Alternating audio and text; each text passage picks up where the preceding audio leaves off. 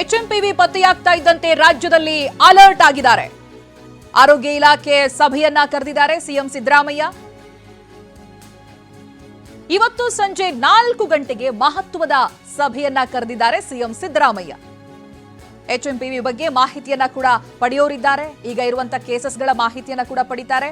ಸಂಪೂರ್ಣ ವರದಿಯನ್ನ ತರುವಂತೆ ಅಧಿಕಾರಿಗಳಿಗೆ ಸೂಚನೆಯನ್ನ ಕೂಡ ಕೊಟ್ಟಿದ್ದಾರೆ ಸಿಎಂ. ಎಚ್ಎಂಪಿವಿ ಬಗ್ಗೆ ವರದಿ ರೆಡಿ ಮಾಡ್ತಾ ಇದ್ದಾರೆ ಅಧಿಕಾರಿಗಳು. ಸಿಎಂಗೆ ವರದಿಯನ್ನ ಒಪ್ಪಿಸಬೇಕಾಗಿದೆ. ಸಿಎಂ ಸಿದ್ದರಾಮಯ್ಯಗೆ ವರದಿಯನ್ನ ಅಧಿಕಾರಿಗಳು ಸಲ್ಲಿಸುವರಿದ್ದಾರೆ. ಇವತ್ತು 4 ಗಂಟೆಗೆ ಸಭೆಯನ್ನ ಕರೆದಿದ್ದಾರೆ. ನಿನ್ನೆ ದಿನ ದಿನೇಶ್ ಗುಂಡೂರಾವ್ ಅವರು ಅಧಿಕಾರಿಗಳ ಜೊತೆ ಸಭೆಯನ್ನ ನಡೆಸಿ ಅನಂತರದಲ್ಲಿ ಮಾಧ್ಯಮದ ಜೊತೆ ಮಾತನಾಡ್ತಾ ಇದ್ರು.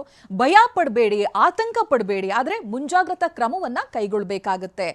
ಯಾವುದನ್ನ ಮಾಡಬೇಕು, ಡೂಸ್ ಹಾಗೆ ಡೋಂಟ್ಸ್ ಅನ್ನುವಂತ ಲಿಸ್ಟ್ ಅನ್ನ ಕೂಡ ಅವರು ಹೇಳ್ತಾ ಇದ್ರು. ಅದರ ಜೊತೆಗೆ ಆ ಒಂದು ಗೈಡ್ ಲೈನ್ಸ್ ನ ಪಟ್ಟಿಯನ್ನ ಕೂಡ ರಿಲೀಸ್ ಮಾಡಿದ್ದಾರೆ.